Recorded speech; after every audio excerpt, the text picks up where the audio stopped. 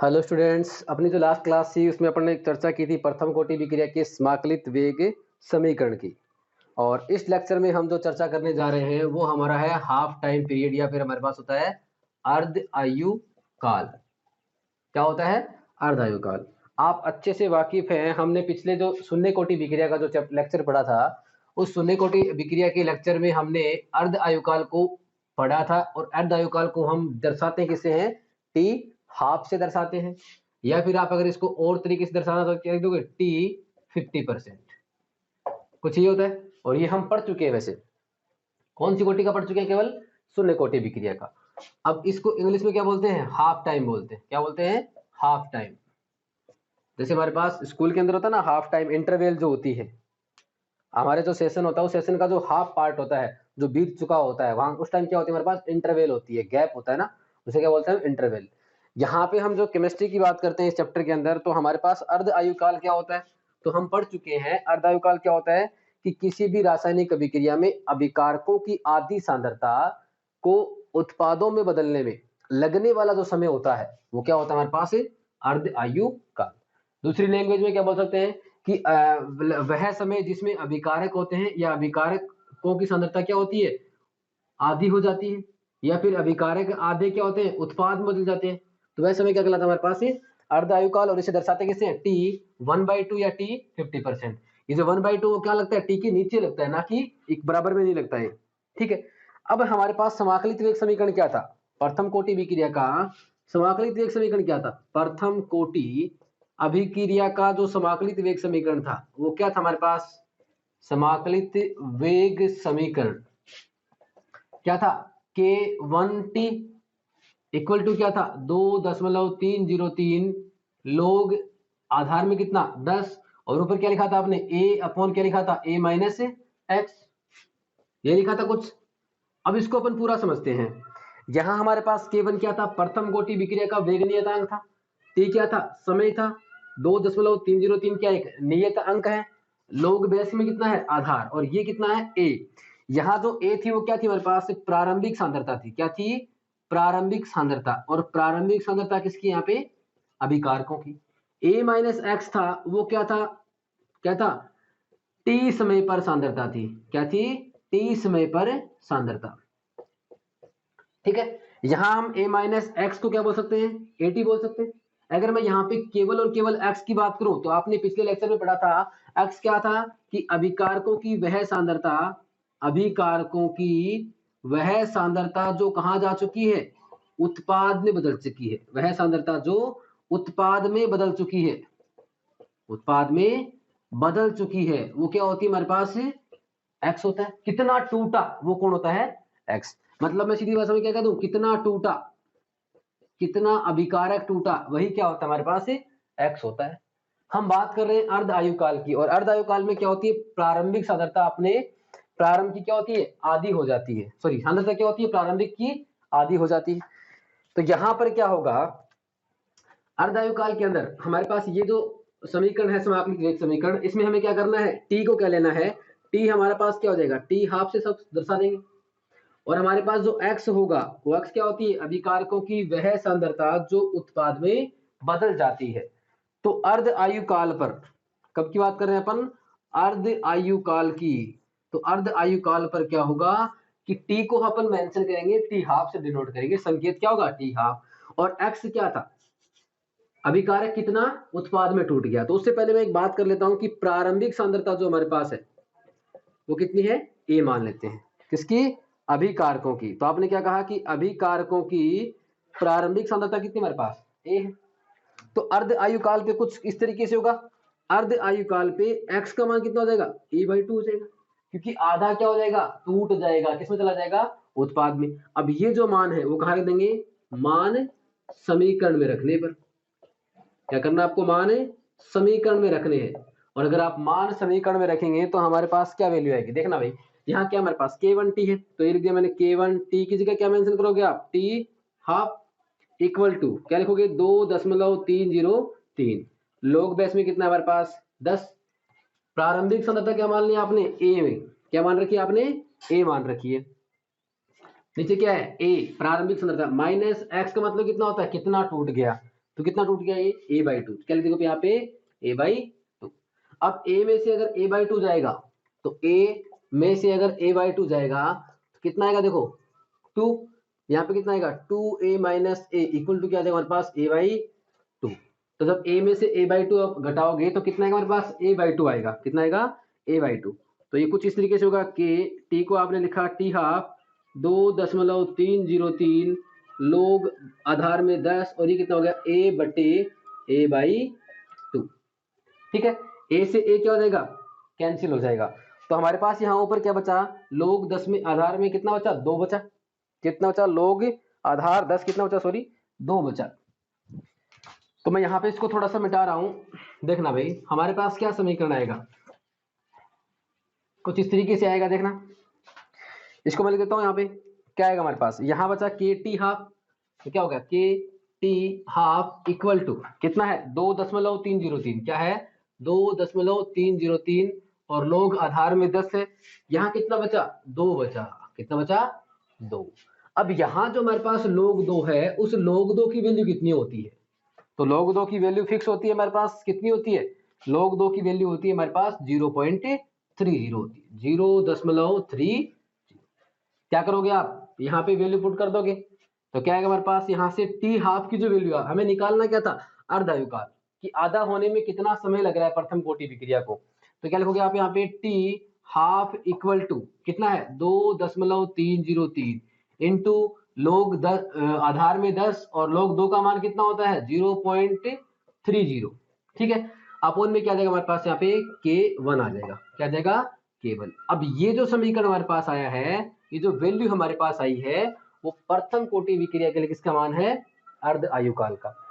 तो यहाँ पर एक बात बताओ, अगर मैं इन दोनों को मल्टीप्लाई करूंगा तो मल्टीप्लाई करने से हमारे पास जो वैल्यू आएगी वो कुछ इस तरीके से होगी 0.693 डिवाइड बाई k1।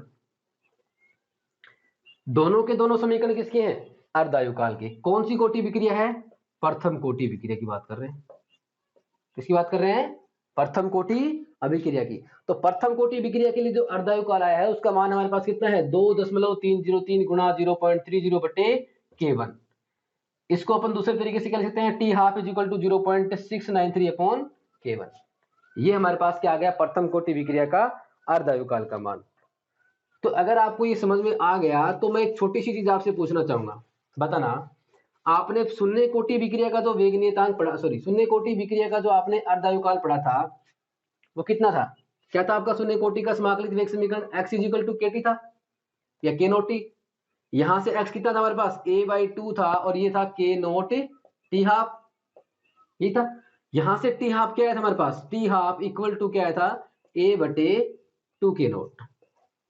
ये कौन सी कोटि विक्रिया की बात कर रहे हैं अपन शून्य कोटि विक्रिया, किसकी बात कर रहे हैं अपन शून्य कोटि। तो शून्य कोटि विक्रिया के लिए तो हमारे पास अर्धायुकाल कितना है a/2 के नोट और प्रथम कोटि विक्रिया के लिए अर्धायुकाल कितना है 0.693 अपॉन k1।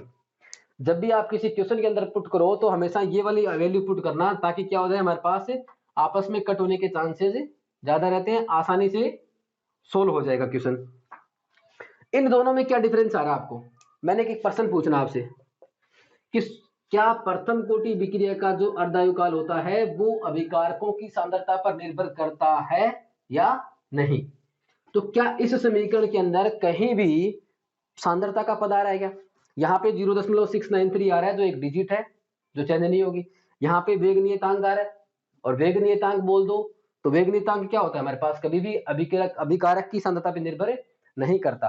तो मैं यहाँ अगर बात करूं अभिकारकों की सांद्रता की तो टी हाफ जो होगा वो डायरेक्टली समानुपाती होगा अभिकारकों की सांद्रता आपने क्या मानी थी स्मॉल ए मान रखी है कि शून्य घात के समानुपाती होगा। थोड़ा सा ध्यान देना भाई, मैंने कहा कि प्रथम कोटि विक्रिया का जो अर्धायुकाल होता है वो अभिकारकों की सांद्रता पर निर्भर नहीं करता।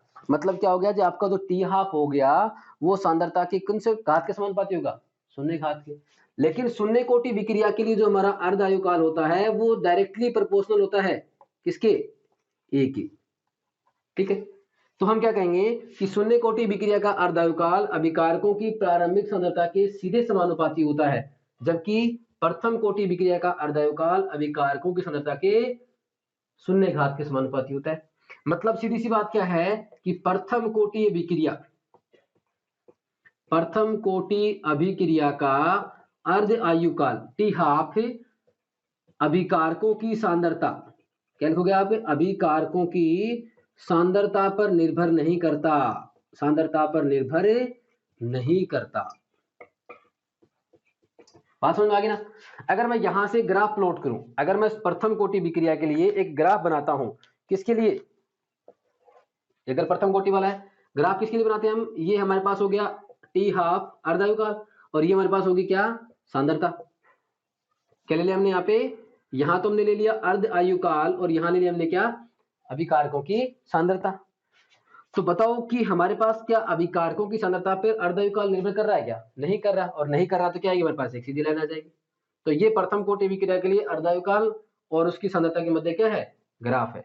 अगर मैं शून्य कोटि के लिए बात करूंगा तो शून्य कोटि के लिए अगर हम अर्ध आयुकाल और सांद्रता के मध्य ग्राफ बनाए तो क्या है, सीधे समानुपाती है। और जब भी कोई ग्राफ में कोई वैल्यू सीधे समानुपाती होती है तो ग्राफ हमेशा कहां से शुरू होता है, मूल बिंदु से शुरू होता है। तो ये तो किसके लिए है, शून्य कोटि विक्रिया के लिए अर्धायुकाल और सांद्रता के मध्य ग्राफ, और ये किसके लिए है, प्रथम कोटि विक्रिया के लिए अर्धायुकाल और सांद्रता के मध्य ग्राफ। ये बात क्लियर होगी ना। तो ये था हमारे पास क्या, प्रथम कोटि विक्रिया के लिए अर्धायुकाल का मान। आगे बात करते हैं, स्क्रीनशॉट ले लीजिएगा एक बार इसका। तो ये दोनों तुलना कर लिया अपन ने, किसके लिए, शून्य कोटि और प्रथम कोटि के लिए, ठीक है। अगर मैं आपको वापस से समाकलित वेग समीकरण की बात कर रहा हूं तो समाकलित वेग समीकरण हमारे पास क्या था, वापस देखना क्या था, k1t इक्वल टू 2.303 लोग आधार में 10 a/a-x, ठीक है। अगर आपको कोई ये पूछ ले कि 75% अभिक्रिया, 75% अभिक्रिया क्या हो गई, पूर्ण हो गई, 75% अभिक्रिया पूर्ण होने में लगा समय, पूर्ण होने में लगा समय, तो बताओ क्या होगा भाई। 50% लिखा आपने, t 50%, इसका मतलब क्या था कि हमारी जो अभिक्रिया है वो 50% क्या हो चुकी है, पूरी हो चुकी है। अब आप क्या लिख रहे हो, t 75% लिख रहे हैं। 75% का मतलब क्या हो गया कि हमारी जो अभिक्रिया है वो 75% क्या हो चुकी है, पूर्ण हो चुकी है। इसका मतलब ये है कि 75% अभिकारक होता है वो किसमें बदल चुका है, हमारे पास उत्पाद में बदल चुका है, किसमें, उत्पाद में बदल चुका है। तो हम यहाँ पे क्या कहेंगे कि अगर 75% अभिक्रिया पूर्ण हो गई तो हम क्या लिखेंगे, 75% का मतलब क्या होता है, 75% का मतलब होता है 75 बाई 100, डिवाइड कर दो 25 3 75 और 25 4 100। तो ये क्या होगा हमारे पास, टी हाफ लिख रहे थे 50% को अपन, और टी 75 को क्या लिख देंगे अपन, या तो लिख सकते हैं टी 75% या लिख देंगे टी 3/4। बात समझ में आ गई ना। तो अगर आप क्या निकालना है, टी 3/4 या टी 75% की वैल्यू निकालनी है तो क्या करोगे, टी 75% इक्वल टू, देखना यहाँ पे टी की जगह आपने क्या लिख दिया, टी 75% लिख दिया, तो क्या होगा, टी की वैल्यू कितनी हो जाएगी, टी इक्वल हो जाएगा हमारे पास टी 75% या टी 3/4। और जो x होता है वो x क्या होता है, कितना टूटा, तो कितना टूट गया, 75% टूट गया, कितना टूट गया, 75%। आपने कहा प्रारंभिक सांद्रता कितनी है, तो प्रारंभिक सांद्रता भाई साहब कितनी ली आपने, ए ली, कितनी ली, ए, और कितना टूट गया, कितना टूट गया, तो कितना टूट गया, 75%, 75% आ गया। तो मतलब 75% टूटा, तो x का मान कितना हो जाएगा, 3a/, या फिर आप ऐसे समझो कितना टूट गया, 75%, पहले कितना था, a था, तो कितना हो गया, 25 3 75 और 25 4 100, कितना हो गया, 3a/4। तो आप इस समीकरण के अंदर क्या रखोगे, t की जगह t 3/4 लिख दोगे या t 75%, और जो x है वो कितना लिख दोगे आप, 3a/4। कब, जब आप अभिकारकों की प्रारंभिक सांद्रता क्या लेते हैं, a लेते हैं। अगर आप अभिकारकों की प्रारंभिक सांद्रता, यदि प्रारंभिक सांद्रता आप क्या लेते हैं, 100 लेते हैं, क्या लेते हैं, 100, तो x की वैल्यू कितनी हो जाएगी हमारे पास, 75 हो जाएगी, क्योंकि कितना टूट चुका है, 75% टूट चुका है, कितना हो जाएगा हमारे पास, 75%। देखना क्या होगा हमारे पास, t 75% की वैल्यू क्या आएगी हमारे पास, देखना क्या होगा, t की जगह क्या लिखूंगा मैं, t 3/4 इक्वल टू, क्या लिखा आपने, 2.303 और लोग आधार में 10, यहाँ पे प्रारंभिक सांद्रता क्या मान लिया आपने, a, अपोन में क्या है, a, और माइनस x की वैल्यू कितनी पुट करोगे आप 3a/4, कितना आ जाएगा 3a/4।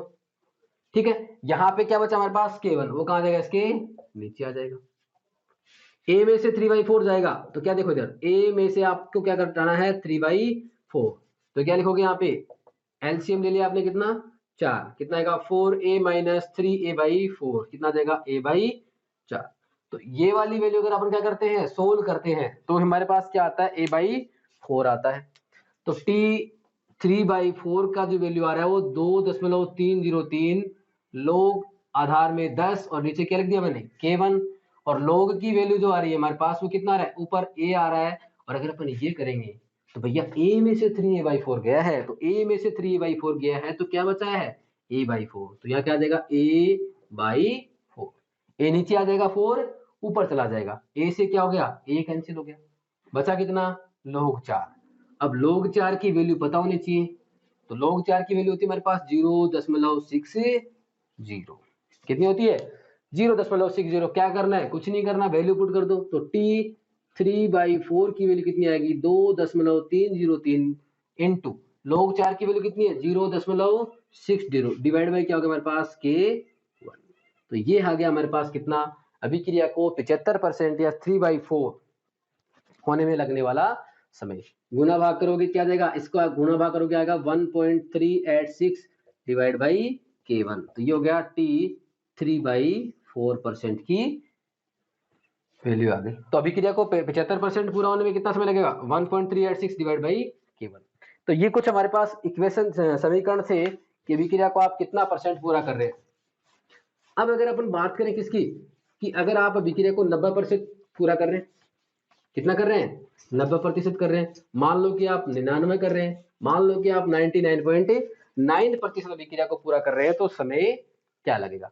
तो देखना इधर, माना कि यहाँ पे t 90% का मान निकालना है, t 90 का मतलब क्या हो गया अभिक्रिया को 90% पूरा होने में लगा समय। यहाँ अपन निकाल लेते हैं t 90.999% और यहाँ निकाल लेते हैं अपन t 100%। ठीक है, तो देखो t 90% का मतलब क्या हो गया, आपको यहाँ पे प्रारंभिक सांद्रता कितनी लेनी है 100 ले लेते हैं, क्या लेते हैं 100। आपने क्या ले रखी है प्रारंभिक सांद्रता 100 ले रखी है, प्रारंभिक सांद्रता कितनी 100। t 90% का मतलब क्या है कि अभिक्रिया कितने प्रतिशत पूरा हो गई 90%। मतलब अगर आपने प्रारंभिक सांद्रता 100 ले रखी है तो यहां से x कितना हो जाएगा 90 हो जाएगा। निकालना क्या है t 90%, तो हमारे पास जो समीकरण था वो क्या था k1t इक्वल टू 2.303 लोग आधार में 10 a/a माइनस x।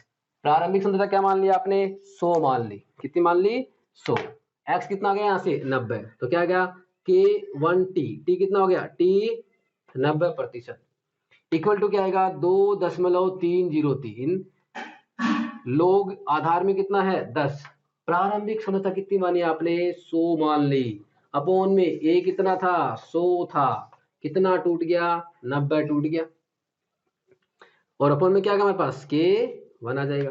तो यहां से अगर आप सोल्व करोगे कितना होगा 2.303 लोग आधार में कितना है 10, नीचे क्या है k1, और 90 100 में से 90 के कितना बचा 10, कितना बचेगा ऊपर 100 नीचे 10, 10 से क्या हो जाएगा कैंसिल हो जाएगा, क्या बचा log 10 बचा, क्या बचा log 10। और आप सब होशियार हो कि log जो 10 होता है उसकी वैल्यू कितनी होती है हमारे पास 1 होती है, कितनी होती है 1, इसकी वैल्यू कितनी पुट करेंगे 1 पुट करेंगे, तो क्या आ जाएगा हमारे पास 90% पूरा होने में लगने वाला समय 2.303 अपॉन k1 के बराबर होता है। बताओ समझ में आया कि नहीं आया, आ गया। अब अभिक्रिया को 90% पूरा होने में कितना समय लगेगा 2.303 बटे k1।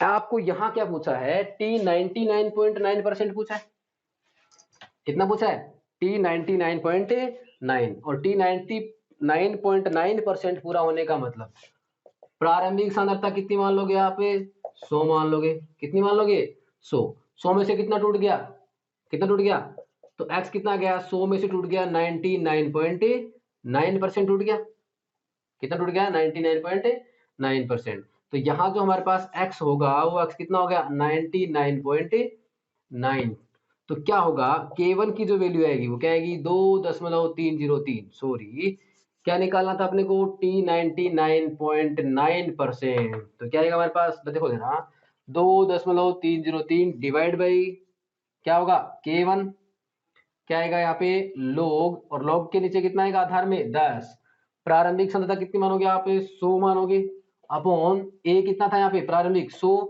माइनस x कितना टूट गया 99.9, 100 में से 99.9 99.9 गए कितना बचा 0.1 बचा, कितना था 0.1, तो यहाँ कितना आएगा 2.303 डिवाइड बाई K1 log के आधार में 10, यहाँ 100 बटे कितना होता है 0.1, जैसे ही दशमलव हटाओगे तो ऊपर क्या चला जाएगा 0 चला जाएगा।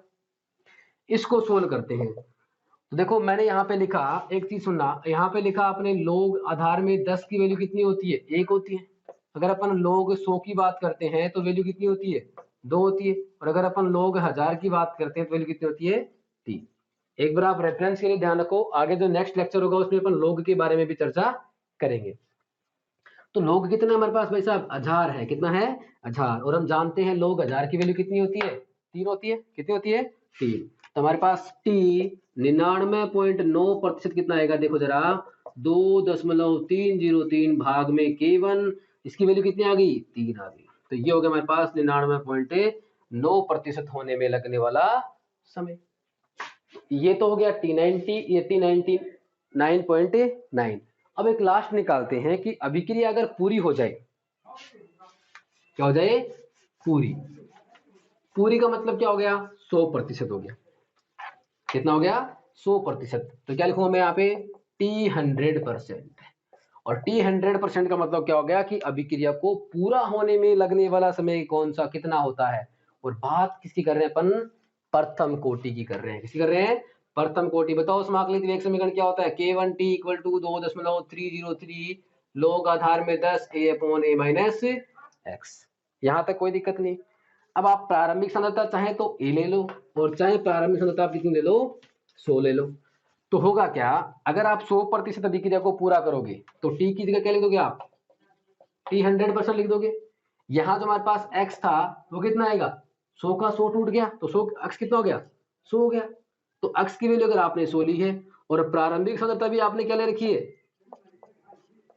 प्रारंभिक क्या लेते हैं अपन 100, तो प्रारंभिक भी 100 और x भी कितना है 100, तो आप कैसे करोगे, देखो देखें हमारे पास वैल्यू क्या थी K1T इक्वल टू 2.303 log आधार में 10, प्रारंभिक सांद्रता कितनी है 100 ले रखी है सर, क्या ले रखी है 100, नीचे प्रारंभिक सांद्रता कितनी है 100 माइनस x कितना टूट गया पूरा का पूरा टूट गया, तो 100 में से 100 गया कितना बचेगा 0, और अगर यहाँ पे 0 आएगा और 0 का अगर इसमें भाग लगाएंगे तो यहाँ जो t आएगा उस t की वैल्यू क्या होगी हमारे पास अनंत आएगी, क्या आएगी अनंत। इसका मतलब क्या हुआ कि प्रथम कोटि की अभिक्रियाएं कभी भी पूर्ण नहीं होती, इसका क्या मतलब हुआ प्रथम कोटि अभिक्रियाएं, क्या मतलब हुआ प्रथम कोटि अभिक्रियाएं कभी भी पूर्ण नहीं होती, कभी भी पूर्ण नहीं होती, मतलब क्या होता है चलती रहती है, चलती रहती।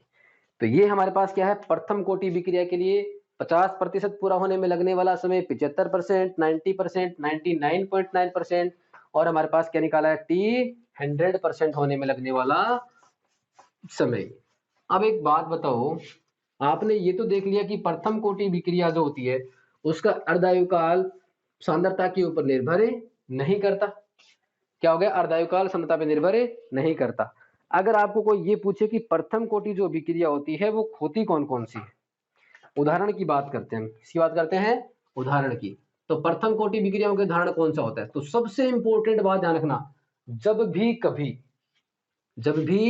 कभी किसका नाम आए रेडियो एक्टिव नाम आ जाए, क्या नाम आ जाए रेडियो एक्टिव, तो सभी रेडियो एक्टिव अभिक्रियाएं कौन सी कोटि का अनुसरण करती है प्रथम कोटि होती है, कौन सी होती है प्रथम कोटि।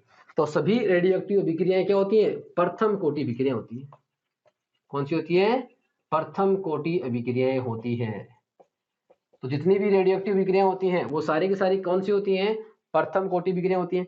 उसके अलावा बात करें अपन अमोनियम नाइट्राइट, किसकी बात करते हैं अमोनियम नाइट्राइट, तो अमोनियम नाइट्राइट क्या होता है, NH4NO2। तो अमोनियम नाइट्राइट जो होता है उसके जलीय विलयन का, अमोनियम नाइट्राइट के जलीय विलयन का तापीय अपघटन का तापीय जो अपघटन होता है वो कौन सी कोटि का अनुसरण करता है हमारे पास, प्रथम कोटि का। मतलब अमोनियम नाइट्राइट को अगर आप क्या करोगे, जलीय विलयन को क्या करोगे, आप गर्म करोगे, तो गर्म करने पर क्या बनेगा, N2 बनेगा।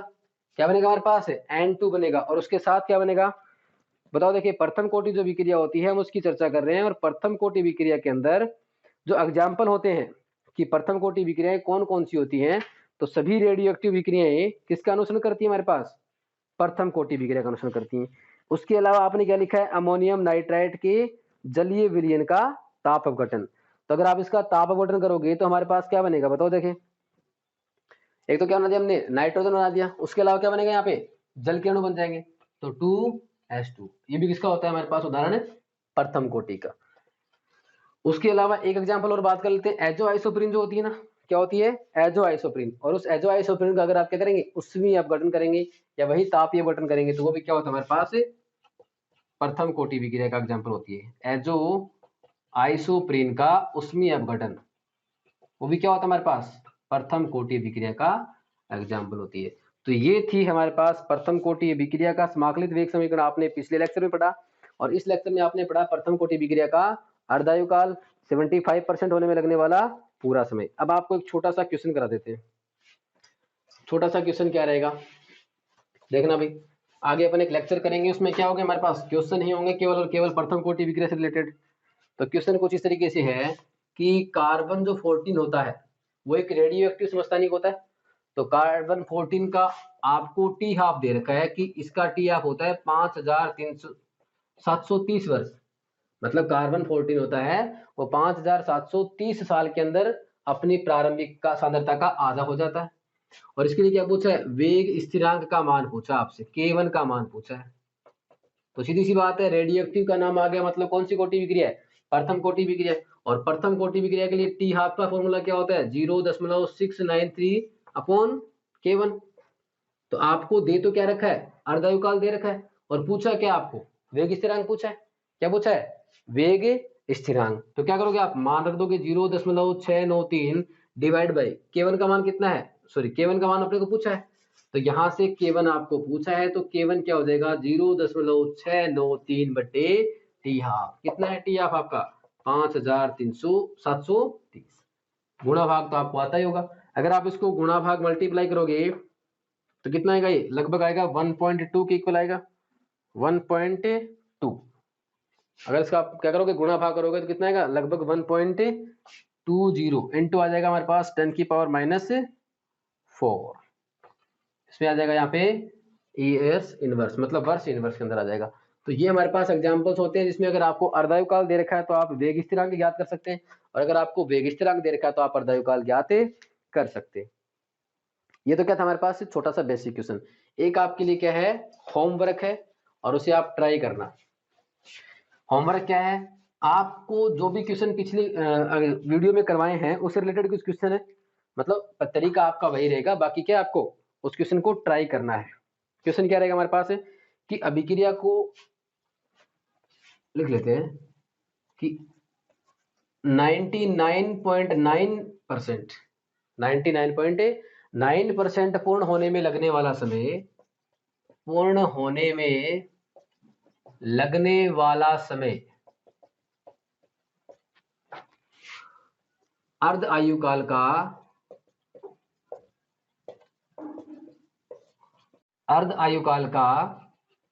10 गुना होता है। ये आप क्या करना है, सिद्ध करना है। क्या करना है, सिद्ध कीजिए, या फिर क्या करिए, स्पष्ट। तो सिद्ध कीजिए कि 99.9% पूर्ण होने में लगने वाला समय अर्धायुकाल का 10 गुना होता है। क्या करोगे आप, T 99.9% जो होता है टाइम, वो क्या होता है, 10 गुना होता है किसका, टी हाफ का। ये आपको करना है, सिद्ध करना है। और सिद्ध करने के लिए आपको वही एक ये समीकरण बनानी है और एक इसके वाले समीकरण बनानी है। दो समीकरण बनाओगे, क्या कर दोगे, एक में दूसरे का भाग लगा दोगे, आंसर अपने आप आ जाएगा। तो ये आपको ट्राई करना है। धन्यवाद।